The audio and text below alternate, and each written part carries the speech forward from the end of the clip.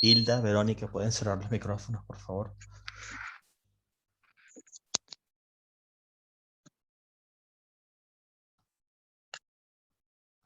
Vale. Es que no estoy compartiendo, perdón. Ajá, ahora sí. Vale.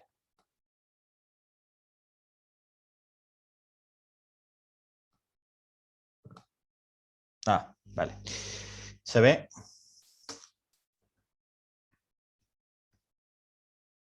¿Sí? Sí, perfecto. Vale, genial. Ok, gracias, Laura. Bueno, historia de Inglaterra, tercera parte. Ya nos estamos acercando entonces al siglo XXI. Continúa la breve cronología de la historia de Inglaterra de la siguiente manera. Una breve capitulación sobre la segunda clase. Hablaré sobre Jacobo I, Casa Estuardo, sobre Oliver Cromwell y el Commonwealth, la restauración con Carlos II Estuardo, sobre el Imperio Británico. No quería dejar de hablar de la Royal Society, así que habrá hecho un pequeño cambio en el programa. Quería hablar sobre los aportes científicos de Inglaterra, de Gran Bretaña, justo antes, durante y después de la Revolución Industrial, como antecedente de la Revolución Industrial, y un, una anticipación a lo que sería la cuarta clase final sobre historia de Inglaterra. Episodio número 4. Recapitulando, pues Enrique VII Tudor lleva a cabo una inteligente política matrimonial. Tiene 3 hijos: Arturo, que se muere, que es el primer esposo de Catalina de Aragón, que se convierte luego en la esposa de Enrique VIII. Y hace algo muy inteligente, que es que unifica las casas Tudor con la casa Estuardo al casar a su hija Margarita Tudor con Jacobo IV de Escocia. Entonces aquí se unifican a nivel real, a nivel monárquico, Inglaterra y Escocia, a nivel monárquico. Margarita Tudor se casa con Jacobo IV de Escocia y tienen a Jacobo V, y de este matrimonio de Jacobo V con María de Guisa tienen a María Estuardo, de quien hablamos la semana pasada, Mary, Queen of Scots. Y de Francia, reina de Francia temporalmente, el esposo se muere joven y ella regresa a Escocia. Y aquí aparece entonces la amenaza para Isabel I, que era la reina de Inglaterra, y el problema de la sucesión. María Estuardo regresa a Escocia, pero ellas la habían acusado de mandar a asesinar a su segundo esposo, el padre del futuro rey de Inglaterra, a Lord Darnley. Es viuda 3 veces, es católica, y esa era otra amenaza para Isabel I, la no continuidad de la Iglesia de Inglaterra, la Iglesia protestante. Pero María Estuardo tiene un reclamo legal de la corona inglesa, precisamente por lo que había hecho Enrique VII Tudor, la unificación de las casas. Entonces tiene derecho a suceder a Isabel I, pero es católica, pero tiene que abdicar a la corona escocesa por las acusaciones de mandar a asesinar a su segundo esposo, lo cual fue, según la historia, totalmente cierto.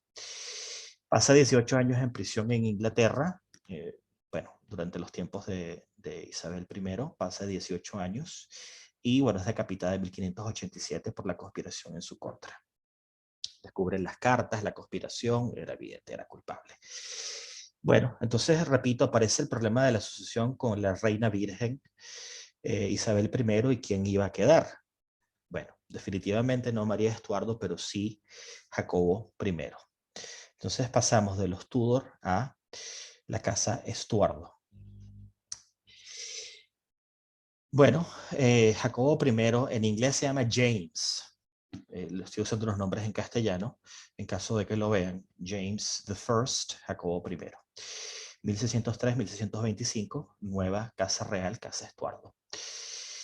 Sigue siendo rey de Escocia, Jacobo VI de Escocia, primero de Inglaterra. Y como decía, aquí viene un importante momento, que es la unificación de Inglaterra-Escocia, y a la vez entra también Gales, producto de una de las herencias del reinado de Eduardo el Sanquilargo y la anexión de Escocia. Así que tenemos tres reinos relativamente unidos, con diferencias en temas religiosos, con diferencias en temas de identidad, diferencias que, bueno, hasta el día de hoy, en cierta manera. Profe, disculpe que me perdí un momentico. Después que mandan a matar a María, reina de los escoceses, y queda Isabel I, porque ella no defendió entonces la corona de Inglaterra y permitió que Jacobo VI reinara. O sea, es que no, ya había muerto Isabel I. Ya lo voy a explicar. Un segundo, Daniel. Entonces, queda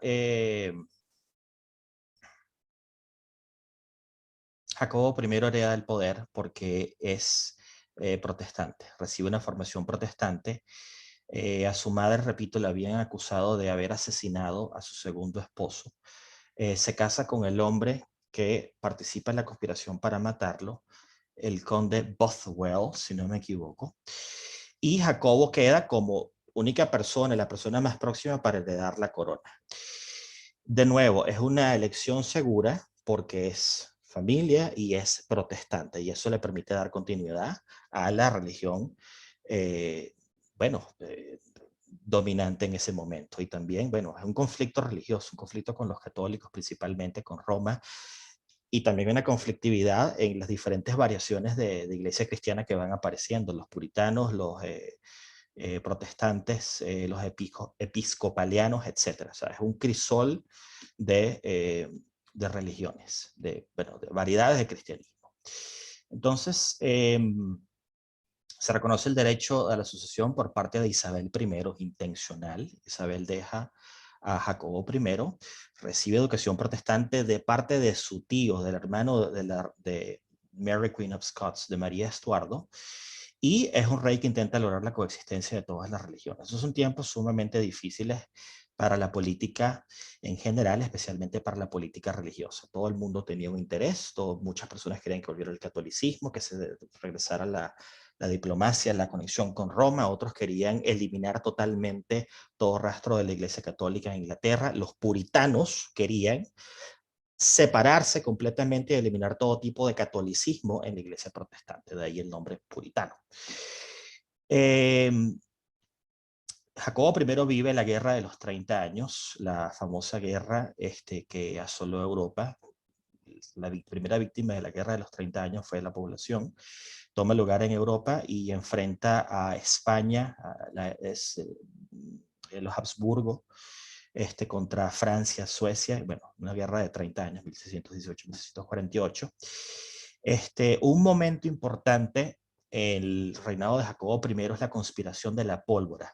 ¿Han oído hablar de esto? ¿Quién sabe qué fue la conspiración de la pólvora? Es famosísimo ahora por una imagen en particular.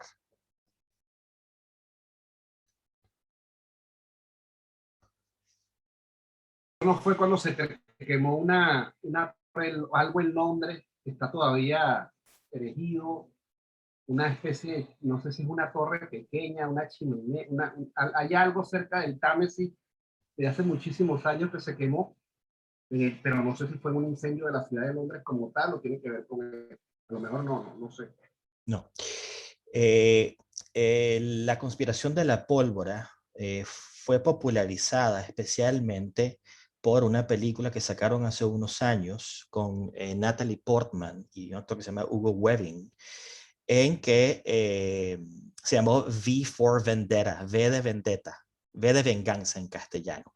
Y esta máscara es la máscara que utiliza el líder de la conspiración. Esta máscara aparece en todas las protestas a nivel mundial y es el símbolo de un famoso grupo de hackers que se conoce como Anonymous. Alguien escribió en el chat. A ver. Sí, la misma de Anonymous, exactamente. Ese rostro es el rostro de Guy Fawkes. Guy Fawkes es el que lidera la conspiración de la pólvora junto a otros jóvenes católicos. Estos jóvenes buscan un grupo de... No, un anuncio. Meten un montón de barriles de pólvora debajo del Parlamento, querían esperar a que se reuniera el rey, los comunes y los lores, y volar el Parlamento. Los traicionan, los procesan y los ejecutan. Esta película está basada en ese evento real que fue popularizado de nuevo por esta película, y esta máscara, bueno, ahora se ve en todas partes, pues un símbolo de rebeldía, de revolución. Y actualmente se celebra el Bonfire Night el 5 de noviembre, recordando este momento, pues se quema, es una suerte de quema de Judas que sucede en el Reino Unido. En esta película es interesante porque recuerda esa época y también recuerda, tiene otro elemento que es la imagen del gran hermano, que es la novela de George Orwell en 1984. En la película aparece el primer ministro a través de una pantalla. Entonces están como esos dos elementos, George Orwell y la conspiración de la pólvora. Vean la película, es una película súper hollywoodesca, pues, con elementos históricos. Entonces estamos ante un país protestante, y algo importante que sucede durante el reinado de Jacobo I es la colonización de Irlanda, la continuación de la colonización de Irlanda que había empezado Enrique VIII y había continuado su hija Isabel I. La colonización de Irlanda fue básicamente una política de eh, llevar colonos ingleses para quitar las tierras a los irlandeses. Eh, una colonización que tiene consecuencias en el presente, de ahí que Irlanda esté dividida, de que haya protestantes en el norte y que haya católicos en el sur. Es en esta época donde sucede ese proceso de colonización. Se intensifica el proceso de colonización durante el reinado de Jacobo I. Un evento importante eh, es la traducción de la Biblia al inglés, lo que se conoce como King James Bible, la Biblia del rey Jacobo, año 1611, tiene una imagen en pantalla. Y durante el reinado de Jacobo I está la fundación de Jamestown. La mencioné en la presentación anterior, este es el primer intento de colonización, la primera colonia, el primer intento de colonizar territorio de los Estados Unidos de Norteamérica, lo que eventualmente se convertiría en la colonia de Virginia. Virginia es la reina virgen, Isabel I. Jamestown, 1607, es posterior a la fundación de San Agustín, la que, como les decía en el video anterior, la ciudad más antigua de los Estados Unidos de Norteamérica, fundado por los españoles. Es en Jamestown, en esos días de la fundación de Jamestown, cuya población se murió, desapareció completamente por las hambrunas y las enfermedades, las terribles condiciones de vida. Claro, era el primer intento de colonizar Norteamérica. Es en esa época donde vive Pocahontas, la historia de Pocahontas y de John Smith. Sobre esto lo volveré a mencionar cuando hable de independencia de los Estados Unidos de Norteamérica, por cierto. Su hijo es Carlos I. Y aquí empieza otro de los momentos más importantes de la historia de Inglaterra. Profe, y es la misma, disculpe, y es la misma época del Mayflower. Sí, Pero el Mayflower llegó a Massachusetts. El Mayflower había mencionado a los puritanos. Los puritanos no Sí. estaban conformes con la política religiosa en Inglaterra. Repito, cada creencia quería derechos, quería sentirse identificado, propiedad en Inglaterra. Los puritanos buscaban una versión puritana del cristianismo, repito, separarse completamente de todo tipo de herencia del catolicismo. Estos puritanos dejan Gran Bretaña y se van a Holanda. Y en Holanda deciden viajar al Nuevo Mundo. Con el permiso de Jacobo I, se montan en un barco, el Mayflower, que sale de el puerto de Plymouth, y llegan a las costas de los Estados Unidos. Esto es 1620, concretamente. En el Mayflower van los llamados, los famosísimos los padres peregrinos. Que son los mismos Pilgrim, la misma gente. Pilgrim es peregrino en inglés. Ajá. 1620. Eso es, bueno, 13 años después. Llegan los padres peregrinos y al sitio donde llegan lo llaman Plymouth también, que es el nombre del puerto donde ellos habían salido. Este es un momento muy importante en la historia de los Estados Unidos, y posteriormente sucede la celebración del Thanksgiving. Bueno, esto que ahora todo el mundo celebra, el Thanksgiving, no tiene nada que ver con nosotros, pero bueno. Bueno, de eso hablaré del Thanksgiving durante cuando hable sobre la independencia de los Estados Unidos de Norteamérica, para no desviarme del tema. Bueno, el hijo de Carlos, de Jacobo I, es Carlos I. Y repito, aquí se inicia otro de los momentos más importantes de la historia de Inglaterra. Seguimos con la casa Estuardo. A ver, esto a veces no cambia. Vale, aquí va. Ok. Ok. Carlos I. Carlos I sí se involucra en la guerra de los 30 años y es una época de conflicto, con el Parlamento. El monarca en esa época, en el siglo XVII, durante el reinado de Carlos I, tenía muchos privilegios, bastante poder, y todavía no se había alcanzado un balance o un control sobre el poder del rey. Esto iba a terminar terriblemente, como ya lo van a ver. Carlos I se involucra en la guerra, necesita dinero para pagar la guerra en la que se había metido, la guerra de los 30 años, y empieza a imponer políticas religiosas y financieras sin el consentimiento del Parlamento. Y tiene que lidiar también con una nueva rebelión en Irlanda. Ya había mencionado el proceso de colonización durante el rey Jacobo I, que va continuando y seguirá continuando a lo largo de estos tiempos. Y precisamente por este abuso de poder, esta desacuerdo entre el rey y el parlamento, se convoca lo que se llamó el Parlamento Largo. Se llamó Parlamento Largo porque no fue disuelto hasta que mataron al rey, hasta que el rey fue ejecutado. El Parlamento, ¿qué es lo que hace? Revierte completamente todas las decisiones de Carlos I. Y ahí empieza la conflictividad. Entonces, unos apoyaban al rey y otros apoyaban al Parlamento. El Parlamento, la Cámara de los Comunes, es el derecho del pueblo, la representación del pueblo, y los realistas, el rey es la máxima autoridad, es la cabeza de la iglesia, es rey por la gracia de Dios, es la máxima autoridad política. O sea, esto es como que los inicios de lo que vendría siendo una cierta forma de democracia, ¿no? O sea, el rey no es absolutista, el rey tiene también un control, y un antecedente de esto también es la Carta Magna. Entonces estamos ante uno de los momentos que era algo inevitable. Desde mi punto de vista, esto era inevitable, y bueno, llevaría a lo que es el Reino Unido el día de hoy, una monarquía parlamentaria. O sea, el rey realmente, la reina de Inglaterra, realmente no hace lo que le da la gana. La reina es totalmente simbólica, el poder lo tiene el Parlamento. Y esto es un importante antecedente de esa época. Entonces, el reinado de Carlos I es un reinado en el cual el rey pierde poder y pasa al Parlamento. El Parlamento queda dividido en los que se llamaban Cavaliers y Roundheads. Y estalla la Primera Guerra Civil. El Parlamento forma un ejército, el rey forma un ejército, y estalla la Guerra Civil, que dura 4 años. En esta guerra civil aparece la figura de Oliver Cromwell, que era un hombre de 40 años, estaba en su casa, vivía plácidamente en su casa en el countryside inglés, y forma parte del Parlamento Largo, pero aparece como gran figura militar, como gran general, que obtiene victorias contundentes. ¿Cómo termina esta Primera Guerra Civil? Con una victoria de los parlamentaristas, los Roundheads, que acabo de mencionar.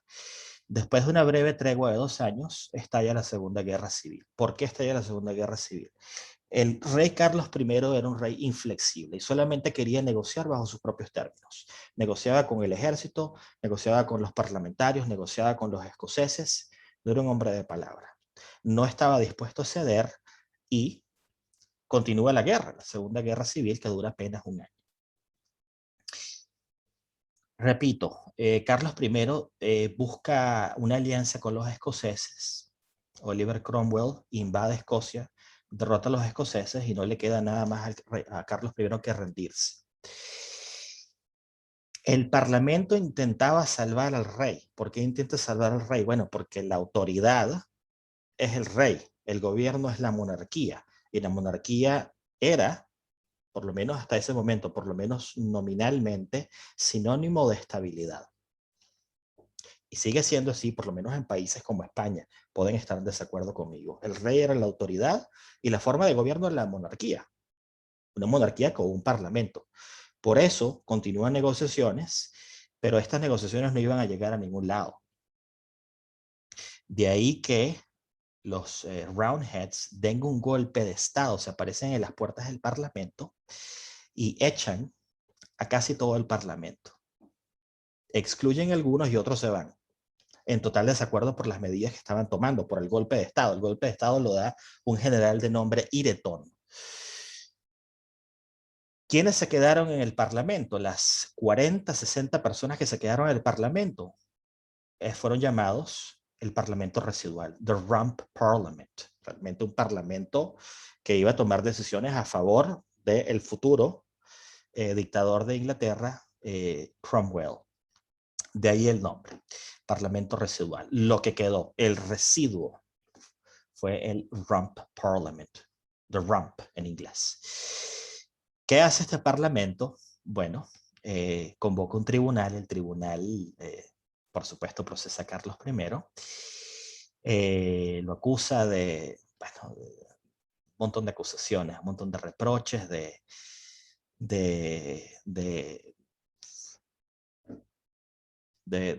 no querer buscar la paz, de no querer ceder ante las demandas del ejército, del parlamento, del pueblo. Bueno, ya la sentencia estaba cantada cuando convocan el parlamento. Termina el rey ejecutado, le cortan la cabeza y ahí empieza, como decía, uno de los momentos más importantes de la historia de Inglaterra, que es la dictadura, primero la Commonwealth y luego el protectorado. Es Commonwealth también, pero cambia el nombre, de Oliver Cromwell, el hombre más importante de la historia de Inglaterra en esos años.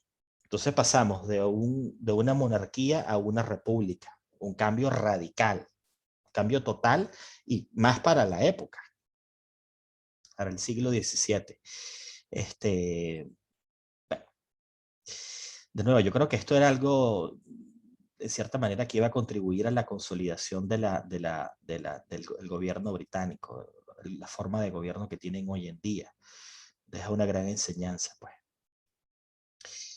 Oliver Cromwell destaca como una figura, como un gran general, destaca por sus victorias y por sus masacres también, y defiende la libertad de conciencia y de tolerancia religiosa. Y esto es algo muy importante. Este es un presidente muy importante para lo que sucedería luego en Inglaterra, todo este avance científico, todo este progreso científico, ¿no? Un poco de liberalismo, en cierta manera. La monarquía es abolida y se forma la república llamada Commonwealth, que dura del 49 al 53 y que reúne los 4 reinos: Escocia, Gales, Inglaterra e Irlanda. Irlanda por el proceso de colonización, y los otros 2 ya saben cómo forman parte de Inglaterra. Perdón, profe, y en ese momento Irlanda no estaba dividida, era una sola isla de Irlanda, era una sola Irlanda. Irlanda, sí, o sea, Irlanda como tal estaba dividida ya, había el proceso de colonización, los colonos eran colonos ingleses protestantes y principalmente en el sur la población era católica. Los colonos se van acumulando principalmente en el norte de Irlanda, que es lo que se conoce como Ulster. El Ulster es la región, vendría siendo la República Irlanda del Norte. Irlanda del Norte forma parte del Reino Unido. El nombre del Reino Unido es United Kingdom of Great Britain and Northern Ireland. Reino Unido de Gran Bretaña e Irlanda del Norte. En esa parte del norte de la isla estaban los colonos ingleses protestantes.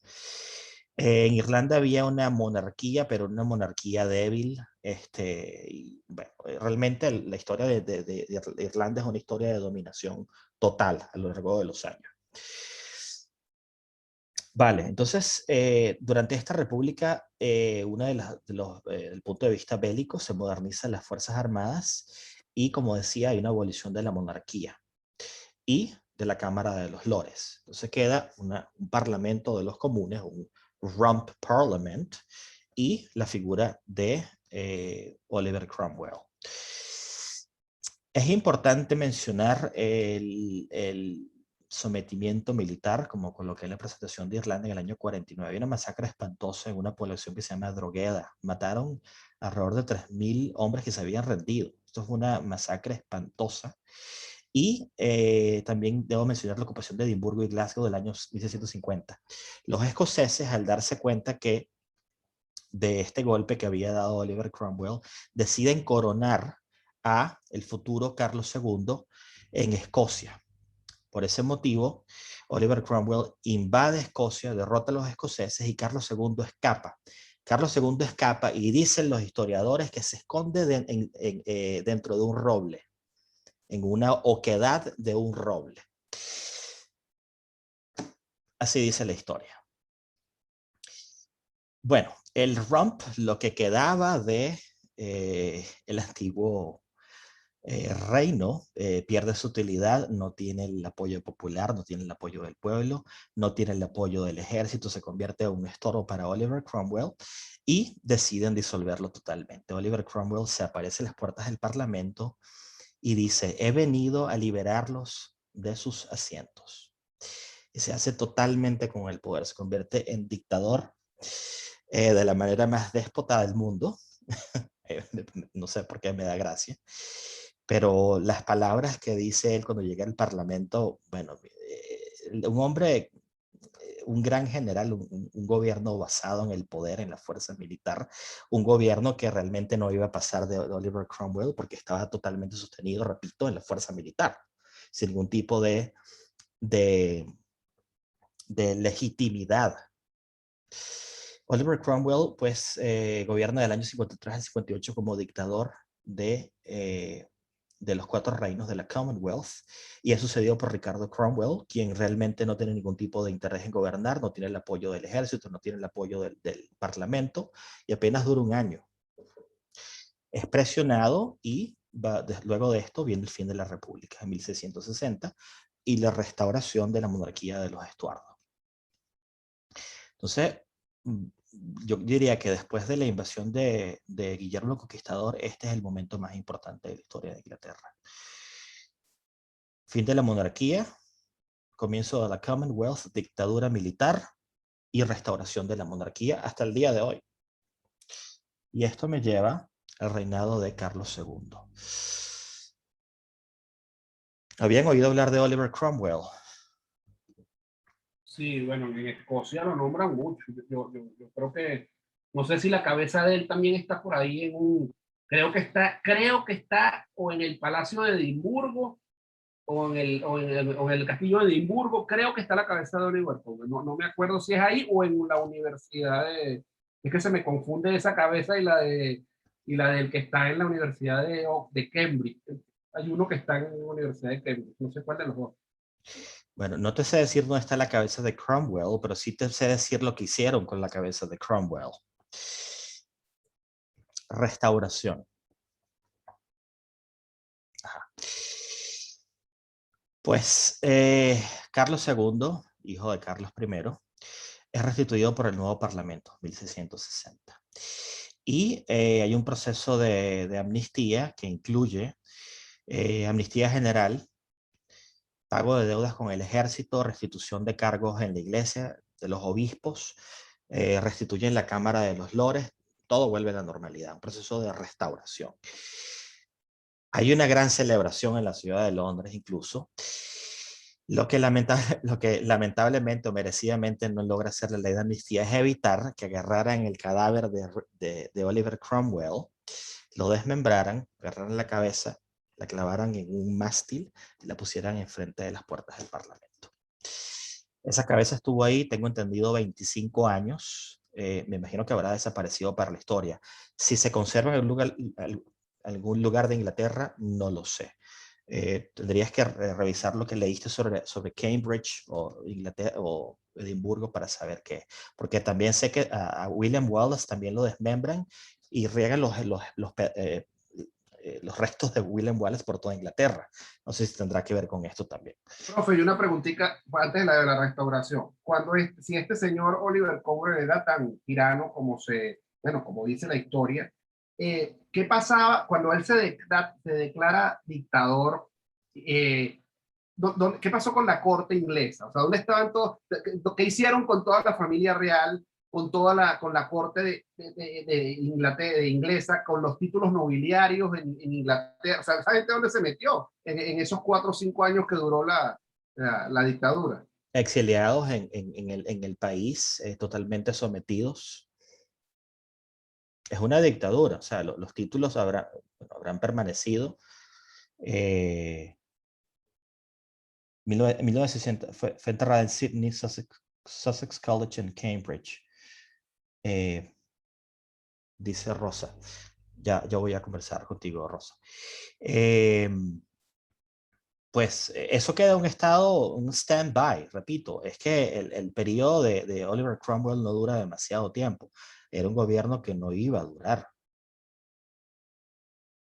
Los pocos miembros de la realeza habrán sido exiliados, habrán perdido todo su poder, habrán perdido sus tierras también, porque las tierras se las quitaron, le quitaron el poder a la iglesia, vendieron las tierras, o sea, es un estado de ciertamente caótico. Muchas de las personas que de la realeza había sido masacrada durante la guerra de las dos rosas, por cierto, muchos descendientes desaparecen de la historia de Inglaterra durante la guerra de las dos rosas, o sea, es un poder total, el poder de Oliver Cromwell, no hay ningún tipo de reclamo y no hay ningún tipo de reclamo con un hombre que mantiene su poder base a una fuerza militar invencible. Rosa, perdona, ¿qué era lo que comentabas sobre el mensaje que mandaste?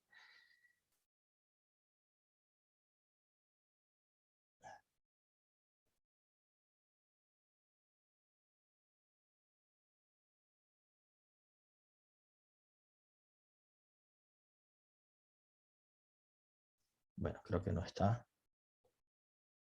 Así está aquí. Sí, leí tu mensaje, Rosa, pero no entendía, no entiendo lo que quieres decir.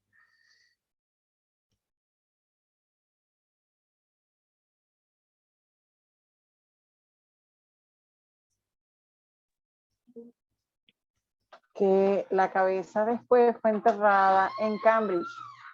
Ah, vale, ok, es la de Cromwell. Sí, positivo. Vale, ok, perfecto. Vale, 1960 entonces, sí, efectivamente, no lo sabía. Bueno, ley de amnistía y olvido. Gobierno de Carlos II, reinado de Carlos II, fundación de la Royal Society en 1660. Esto le hice una lámina especial porque creo que lo merece, lo tiene más que merecido. Ya voy a hablar sobre eso. Un momento importante que mencionó Daniel fue el gran incendio de Londres en 1666. Tiene una imagen en pantalla. El gran incendio de Londres destruye prácticamente toda la ciudad de Londres, aproximadamente 3/4 de la ciudad. Destruye edificios de madera, más de cientos de miles de personas sin hogar, miles de muertos, por supuesto. Uno de los monumentos más importantes que ha destruido es la Catedral de San Pablo, la vieja. Y luego, unos años después, en 1675, si no me equivoco, viene la construcción de la Catedral de San Pablo. He puesto una cita en latín. ¿Qué significa y dónde se encuentra?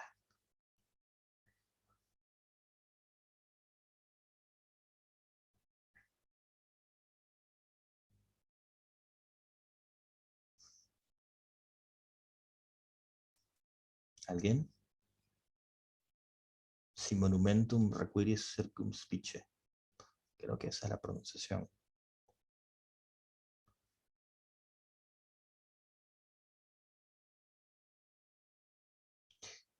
Vale, esa es la inscripción en latín de la tumba de su arquitecto, de Sir Christopher Wren.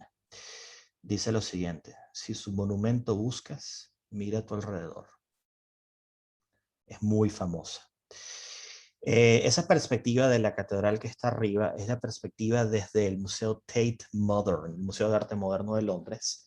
El museo acá tiene como una chimenea, un edificio marrón, un edificio totalmente industrial, una vieja fábrica, convertido en Museo de Arte Moderno.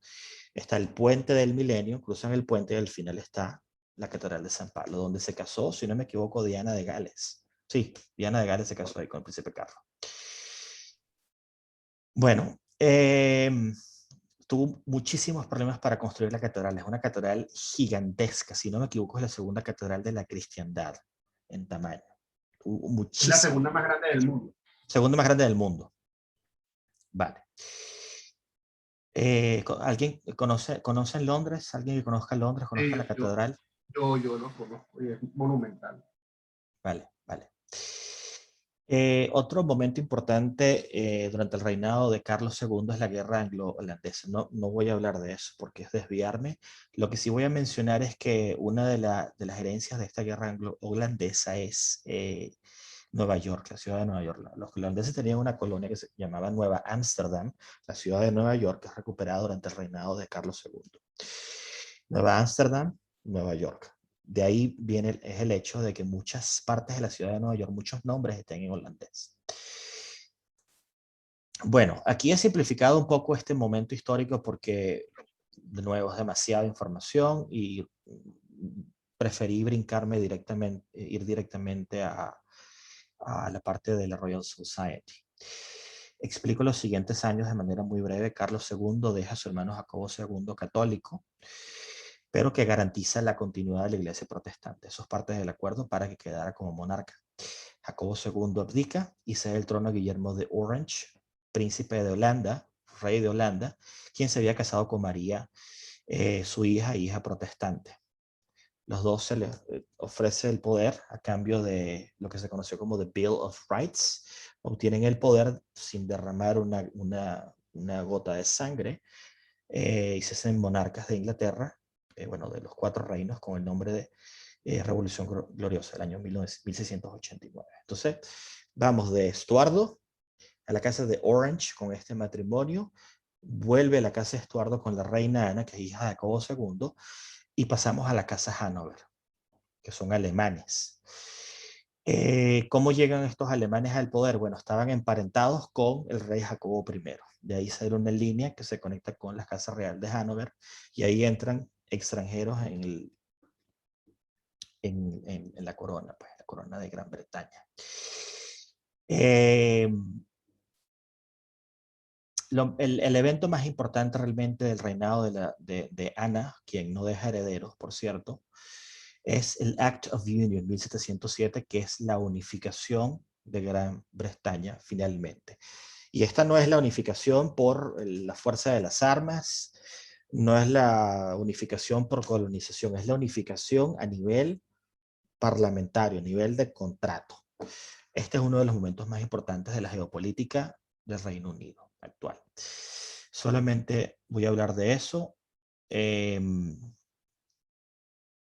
esta época de la historia. Vale. Ok.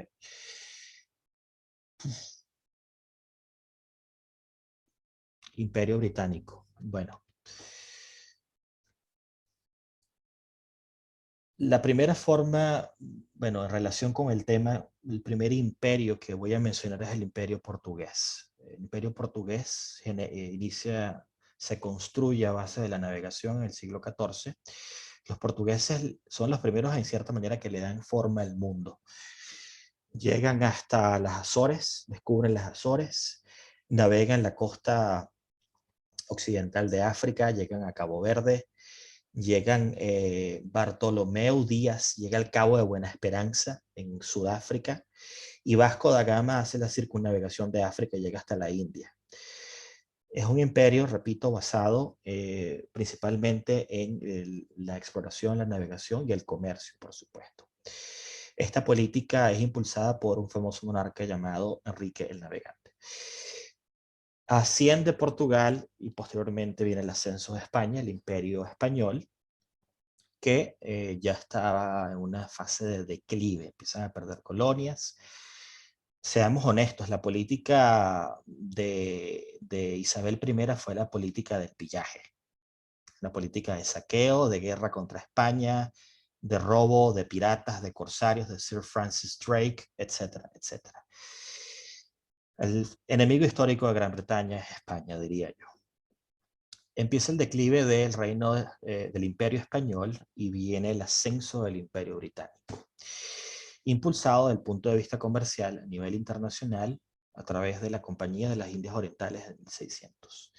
Tiene las colonias en Norteamérica, colonias que se van formando lentamente hasta que se constituyen se forman 13 colonias que son Rhode Island, Virginia, Georgia, Nueva Inglaterra, etc.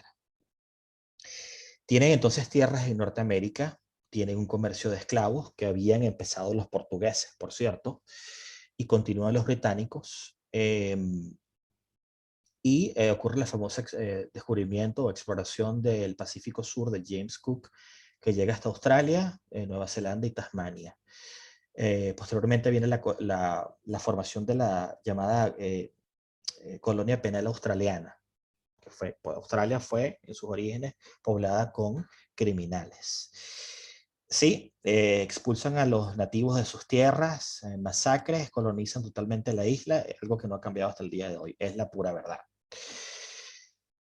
Bueno, algo interesante que leí sobre James Cook es que es famoso por su dieta. La dieta de James Cook era básicamente asegurarse de que todos los marineros consumieran frutas para evitar el escorbuto, la famosa enfermedad producida por deficiencia de vitamina C. Eso lo leí ayer, por cierto. Bueno, descubrimiento de estos territorios, de estas islas al Pacífico Sur. Y como había mencionado, está paralelamente el declive del Imperio Español, que igual seguía teniendo América, seguía teniendo la mitad de los Estados Unidos de Norteamérica, pero viene la guerra de sucesión de Carlos II, la muerte de Carlos el Hechizado, que es el Tratado de Utrecht, que es la pérdida del Peñón de Gibraltar y todo esto que pasamos, famoso momento histórico en el cual los Habsburgos desaparecen de la historia de España y comienzan los Borbones, la guerra de sucesión española. Y este imperio británico tiene tierras también en el Nuevo Mundo, concretamente de lo que vendría siendo la Florida hasta arriba, al norte, y el Canadá. ¿Cómo obtiene el Canadá? El Canadá había sido colonizado por los franceses. La Guerra de los 7 Años es un conflicto que toma lugar en dos lugares, a nivel europeo y a nivel americano. Solamente me voy a basar en el conflicto a nivel americano, que es la guerra entre Inglaterra y Francia. Esta guerra se llamó la Guerra de los 7 Años. En América se llamó la guerra contra franceses e indios. Los franceses, aliados con los indios, luchan contra los británicos en territorio americano. ¿Quiénes ganan? Los británicos. De ahí que el Canadá sigue reconociendo el día de hoy a la reina de Inglaterra, igual que Australia. Y de ahí que una parte del Canadá sea francófona. Claro, había sido colonizada por los franceses. Todo lo que es Quebec, Montreal, etc.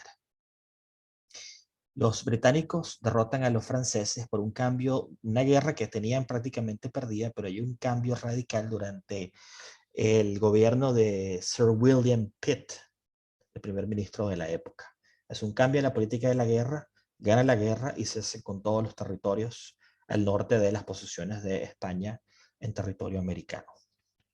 Tienen una imagen de William Cook a la derecha. ¿Algo que agregar? ¿Algo que mencionar?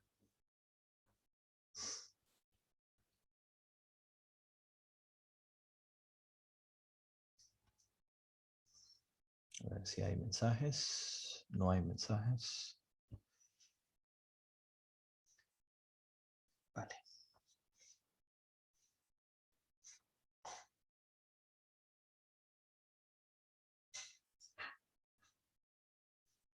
Un tipo de aporte. Vale. Un segundo, perdón.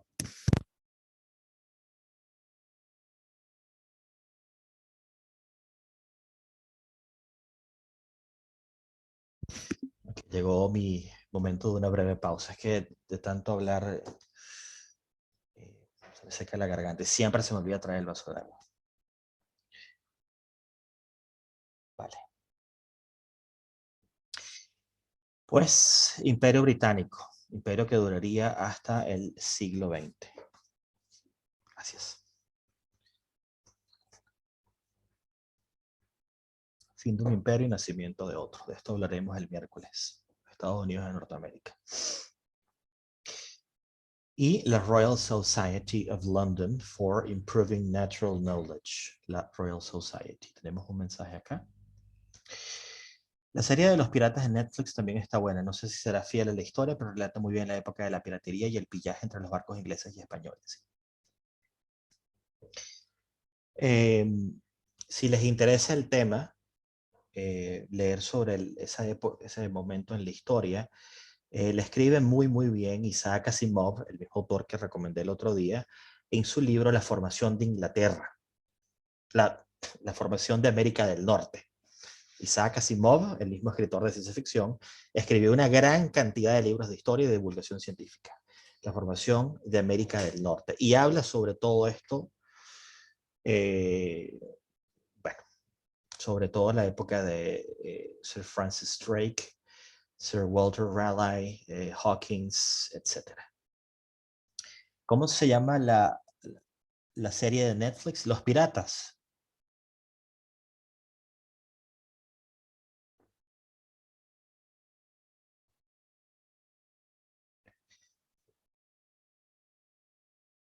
Entiendo que sí, porque bueno, lo pusiste en mayúscula, Verónica. Entiendo que ese es el nombre, Los Piratas. The Pirates. Bueno, gracias por compartirlo. Vale. La Royal Society of London for Improving Natural Knowledge. Sí, Pirates. Ok, vale. Gracias por compartir. No podía dejar de hablar sobre la Royal Society porque la cantidad de aportes de Inglaterra, bueno, de Gran Bretaña, el mundo son muchísimos. El conocimiento científico eh, se multiplica radicalmente, brutalmente en la época del reinado de Carlos II con la fundación de la Royal Society. Esto es una colección de momentos importantes en la historia. Son científicos que fueron miembros de la Royal Society o fueron publicados, trabajaron conjuntamente, etc. Todos, casi todos británicos. Los que no son británicos fueron miembros de la Royal Society. Puedo mencionar a Robert Hooke, en la publicación de Micrografía, que es la primera vez que se utiliza la palabra célula en una publicación científica. The Lost Pirate Kingdom es el nombre de la serie de Netflix sobre los piratas. Micrografía de Hooke, de Robert Hooke, famoso por sus conflictos con Isaac Newton, un hombre que, según la historia, se dedicaba a hacer muchísimas cosas a la vez y nunca terminarlas. Un gran científico, el que formula la ley de Hooke. Y hasta esta publicación de estudio microscópico llamado Micrografía, tienen una imagen en pantalla. Repito, es la primera vez en la historia que se utiliza la palabra célula. Un gran avance para la época, lógicamente. La publicación en Filosofía Natural, Principio Matemática de Newton, es la gran publicación científica, por lo menos en ciencias físicas de la historia. Y para los historiadores de la ciencia, es probablemente la publicación científica más importante de la historia de la ciencia. Newton, una de las mentes más brillantes de la historia de la humanidad, probablemente la mente más brillante de la historia de la humanidad. La cantidad de aportes de Newton para la historia es brutal. Es posiblemente el científico más importante de la historia, incluso más que Einstein. Podrían estar en acuerdo o desacuerdo conmigo. Un tipo controversial, arrogante, complejo, que pasó toda su vida peleándose con alguien. Se peleó con Robert Hooke, se peleó con el astrónomo real, Flamsteed, se peleó con Leibniz, el que desarrolla el cálculo diferencial paralelamente alemán, filósofo alemán. Y bueno, no podía dejar de mencionarlo. Él vive durante finales del siglo XVII, comienzos del siglo XVIII, por cierto.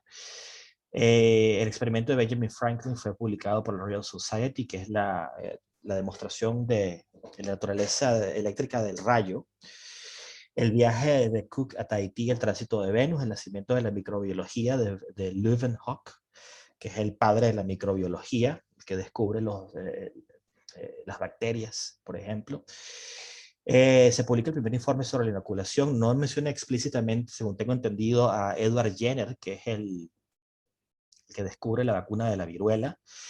El descubrimiento de urano por William Herschel y Davy, la lámpara de seguridad de los mineros.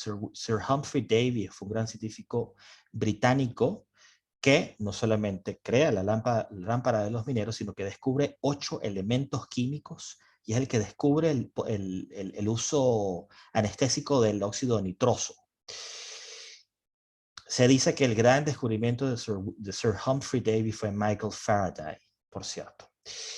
El descubrimiento del neutrón por James Chadwick y nada más y nada menos que la descripción de la molécula del ADN por Watson y Crick. Otros científicos británicos importantes, Boyle, Darwin, Fleming, Einstein. Einstein es alemán, perdón. Lo puse porque trabajó conjuntamente con la Royal Society y Stephen Hawking, que murió hace relativamente poco tiempo. Y otros nombres de la ciencia importantes que no podía dejar de mencionar: William Harvey, la circulación, Edward Jenner, Faraday, James Clerk Maxwell y Henry Bessemer, que sí es importante para el tema que viene. Algo que mencionar sobre... Tenemos 2 médicos en esta... Sí, sí. Jesús. Solamente quería hacer un comentario acerca de Fleming. En Oxford está muy claro que Florey es el hombre que debió haber al menos compartido el premio con Fleming, porque Fleming indudablemente tuvo un gran papel en el desarrollo de la penicilina, pero la aplicación clínica, que es de donde deriva la importancia de la penicilina para el mundo contemporáneo, es obra de Florey.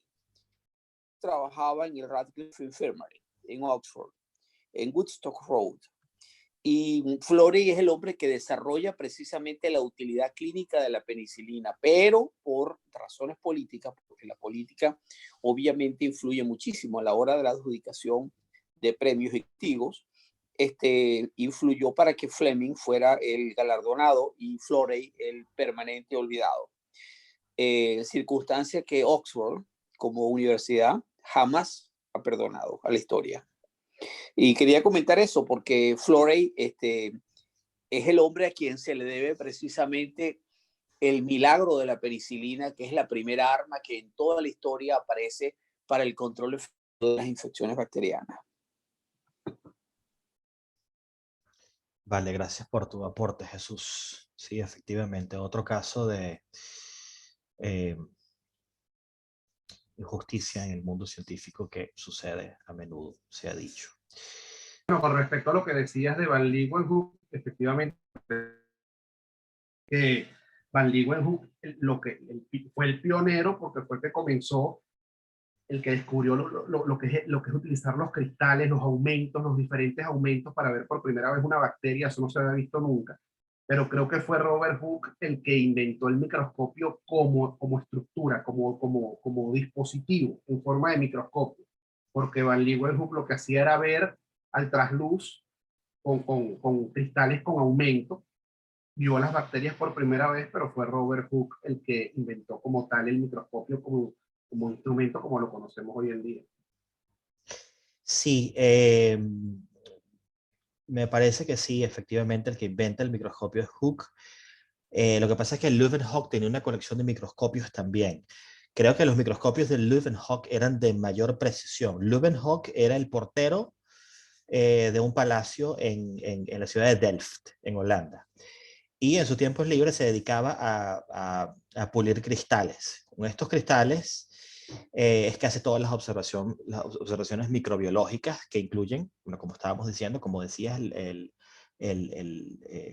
las bacterias, por ejemplo. O sea, El microscopio de los microscopios de Van Leeuwenhoek eran como catalejos. sí, sí, sí. Exactamente, sí, tenían una forma un poco distinta.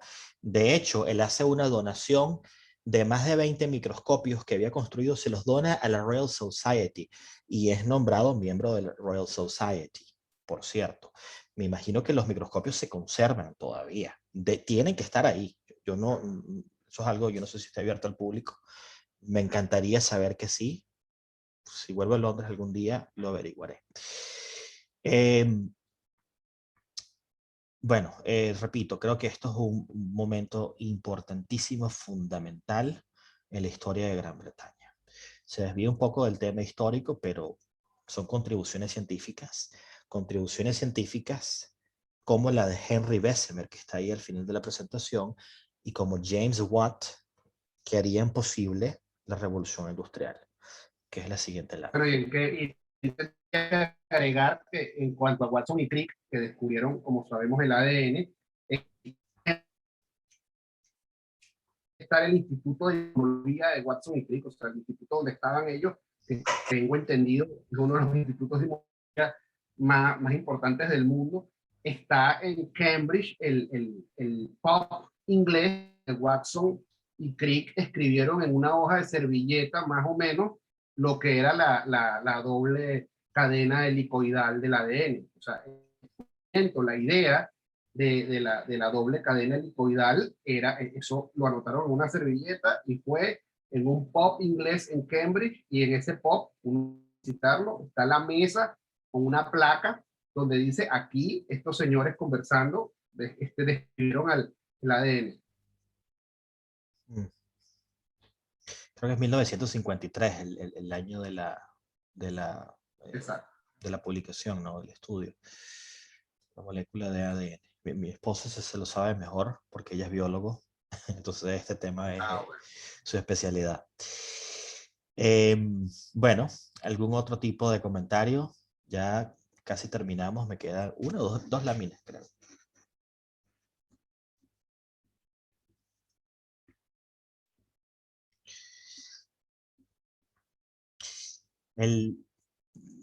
Repito, para mí yo, bueno, no es que fascinación, pero admiro la obra de Isaac Newton, una obra que no hizo Isaac Newton. El poeta Alexander Pope resumió la vida de Isaac Newton de la siguiente manera. Escribió lo siguiente, dijo: la naturaleza y sus leyes yacían ocultas en la oscuridad. Y Dios dijo, hágase Newton, y todo fue luz. O sea, es maravilloso realmente que la vida y obra de Isaac Newton, repito, es una persona que siempre he admirado, es fascinante. Los aportes son brutales. Hasta el día de hoy, Isaac Newton, sus leyes del movimiento, son estudiadas en los bachilleratos a nivel mundial. A pesar de que muchas teorías quedaron, bueno, erradas, si se quiere, o eran imperfectas después del trabajo de Einstein, sigue teniendo validez universal. Presidente de la Royal Society, por cierto. Enterrado en la abadía de Westminster. Del lado izquierdo, al entrar, al lado izquierdo. Por cierto. Y la revolución industrial. A ver, ¿qué fue la revolución industrial? ¿Cómo sucedió? ¿Qué se acuerdan del cole? Bueno, fue cuando comenzaron a aparecer los barcos, bueno, la fuerza del el vapor, ¿no? Las primeras máquinas, los primeros barcos dejaron de ser ya propulsados por viento y pasaron a ser propulsados por vapor. Las máquinas, las primeras, comenzaron las industrias, comenzaron la producción en masa, las grandes textileras, los grandes, todo eso se le debe a los ingleses. O sea, las primeras fábricas, la producción al mayor, las máquinas que tejían, eran máquinas que se movían por vapor, porque no había electricidad. Comenzó el alumbrado, creo que fue en esa época. Y de hecho, la época victoriana era así, o sea, el alumbrado público por los faroles de aceite, después llegar a la electricidad. Entonces, bueno, esta revolución industrial cambió el mundo en ese sentido, ¿no? Comenzaron, de ahí se derivaron los primeros derechos de los trabajadores, comenzaron las primeras revueltas, los primeros obreros, porque por supuesto no habían derechos laborales y en las empresas eran explotados los trabajadores, entonces ahí comenzó el origen del Día del Trabajador, comenzaron las grandes protestas. Creo que tiene algo que ver con eso y fue en el Reino Unido donde empezó todo eso. Sí, absolutamente. efectivamente. Jesús. Bueno, sí, yo estoy muy de acuerdo con mi colega, pero yo diría que la revolución industrial es la primera y más sistemática aplicación en la historia de los conocimientos científicos en aras de la producción en masa de excedentes de bienes y servicios.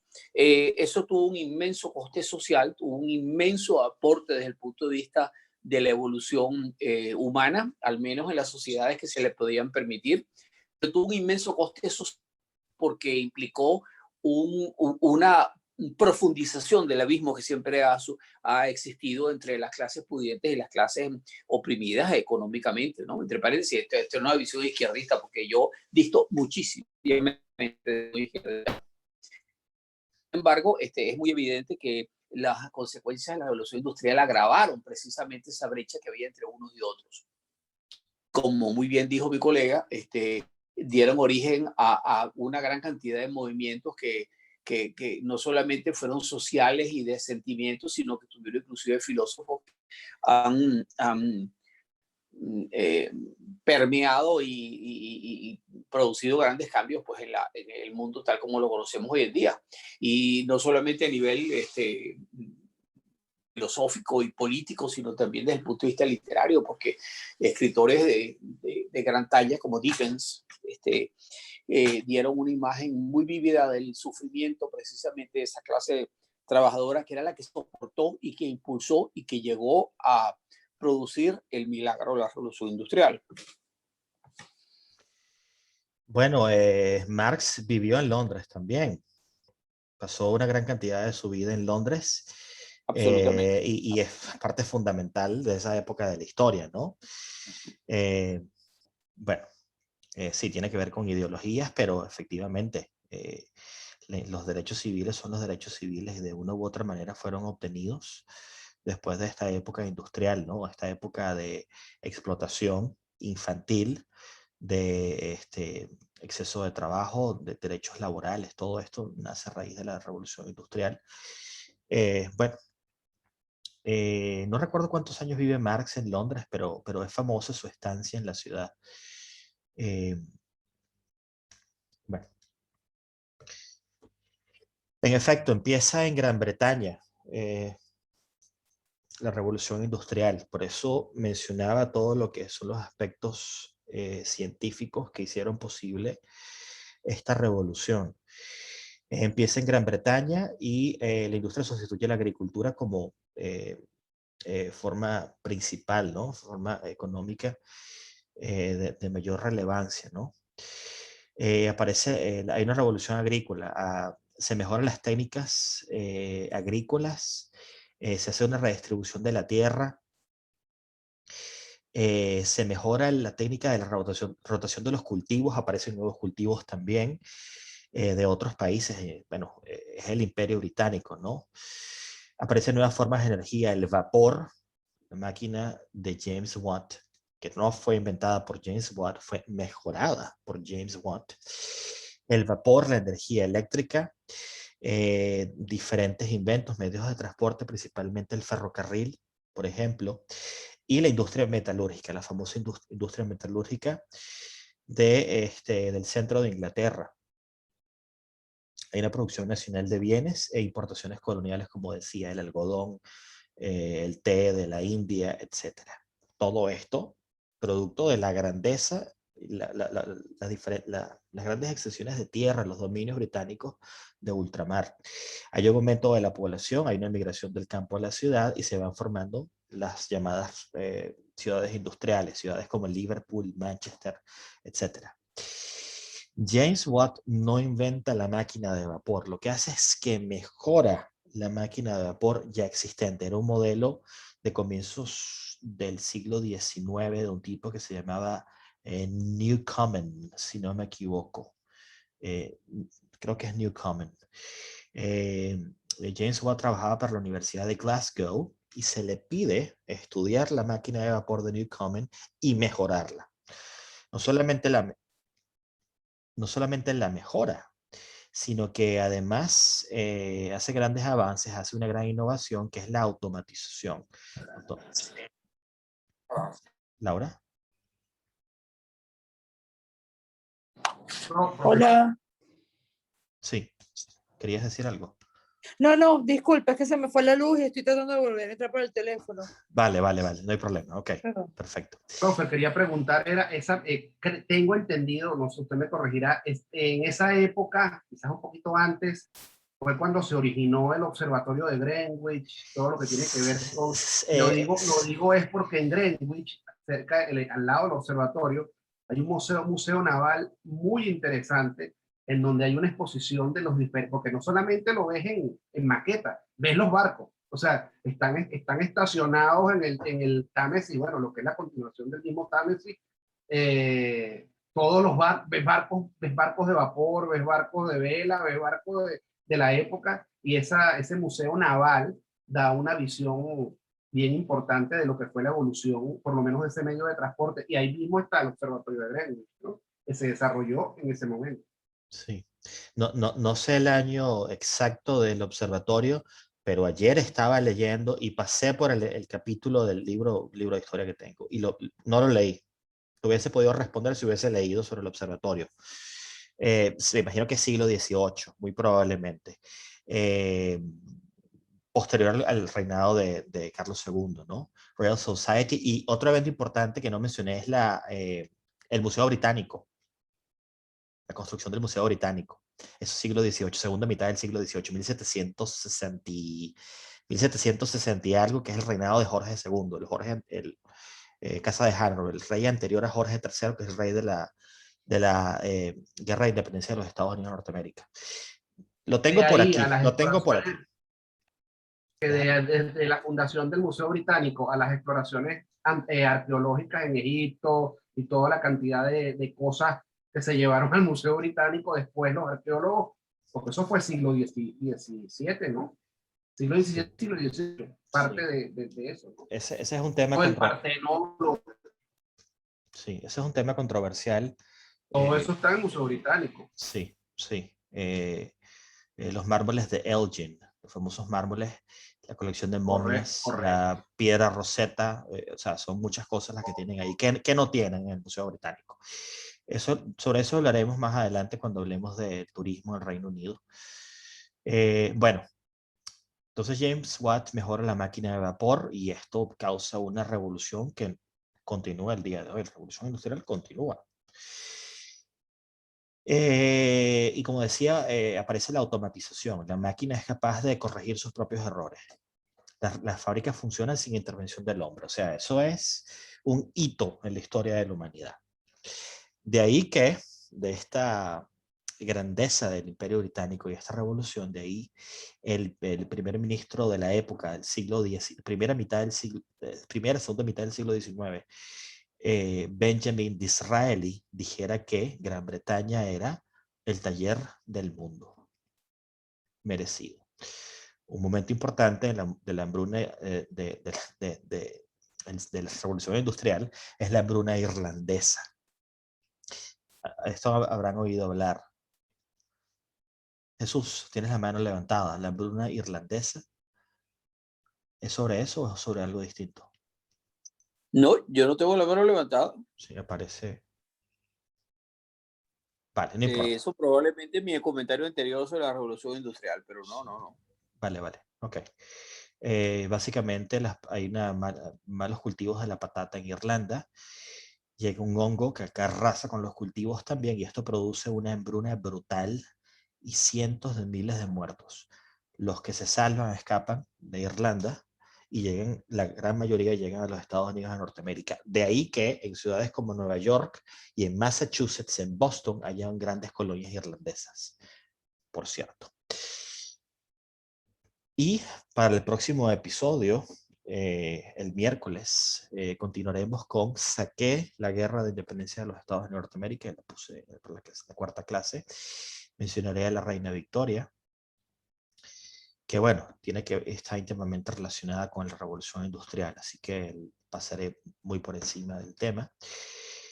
Reino Unido, no Gran Bretaña, estoy diciendo Reino Unido, fíjese, nótese, y siglo XX y siglo XXI, debería decir. Va a ser una clase más relajada porque creo que ya los temas son mucho más conocidos. La Segunda Guerra Mundial, de la que hemos oído hablar 50 millones de veces. Mencionaré algunos conflictos bélicos importantes de la historia de Inglaterra, la historia contemporánea de Inglaterra, la Guerra de las Malvinas, la Guerra de los Boers, Primera Guerra Mundial, Segunda Guerra Mundial y algunas otras cosas en las cuales se vio involucrada Gran Bretaña o, bueno, Reino Unido. Isabel II, la princesa Diana de Gales. Bueno, estos son temas ya mucho más conocidos, es una historia más nuestra, más próxima y mucho más conocida, repito. Bueno, algún tipo de aporte, sugerencia, comentario. Jesús. Sí, yo sugeriría hacer algunos comentarios sobre el Raj británico en India y la creación del imperio. Que ese fue un hecho muy interesante, cómo las movilizaciones económicas comerciales de Gran Bretaña a través de la Compañía de las Indias Orientales, pues llegó al manejo y al control político y económico de la India durante unas cuantas décadas, y llegó la constitución del imperio, que fue un gran impulso económico para el establecimiento de Inglaterra como potencia mundial, ¿no? Sería interesante hacer algunos comentarios sobre esa época y sobre la constitución del Raj y luego del imperio. Y no sé si vale también, profesor, bueno, lo que decía el doctor Jesús, si también se pudiera hablar un poquito, o no sé, quizás tiene también conexión, pero lo que tiene que ver con la guerra del opio, el papel en India bueno, por lo menos Mahatma Gandhi, a pesar de ser indio, se formó en Inglaterra, ¿no? Y en esa, entonces, creo que tiene también que ver, es la misma época, ¿no? Vale. Bueno, lo tengo en cuenta. Bueno, son muchos temas, ¿no? A ver cómo lo tratamos. Tendré en cuenta estas sugerencias. También hay un montón de información, realmente. Claro, es un periodo bastante bélico, me parece, con implicaciones en el presente, especialmente la Segunda Guerra Mundial. Bueno, todavía seguimos hablando de la Segunda Guerra Mundial, todos los días, todo el tiempo. Así como en España hablan de la Guerra Civil Española, nosotros, bueno, el mundo habla de la Segunda Guerra Mundial. Efectivamente, la Gran Guerra Mundial. Bueno, por lo menos el papel de Winston Churchill, yo no sé si dentro de la historia de Inglaterra nada más se limita, creo que fue lo más importante en la Segunda Guerra Mundial, o más allá de eso, el papel fue desde el punto de vista político, económico, muy importante. O sea, más allá de la parte militar y más allá de su estrategia como estratega en la guerra, en la Segunda Guerra. vale, sí, una figura importante durante la Segunda Guerra Mundial, de máxima importancia, ¿no? Creo que un experto en Churchill es el profesor Juan Rossi. Si nos acompaña, quizás le pida a él que hable sobre Churchill. Como saben, él es historiador y me parece que tiene especial admiración o tiene grandes conocimientos sobre la vida de Churchill. Se lo voy a preguntar a ver si nos acompaña y contribuye con esa parte de la historia. Bueno,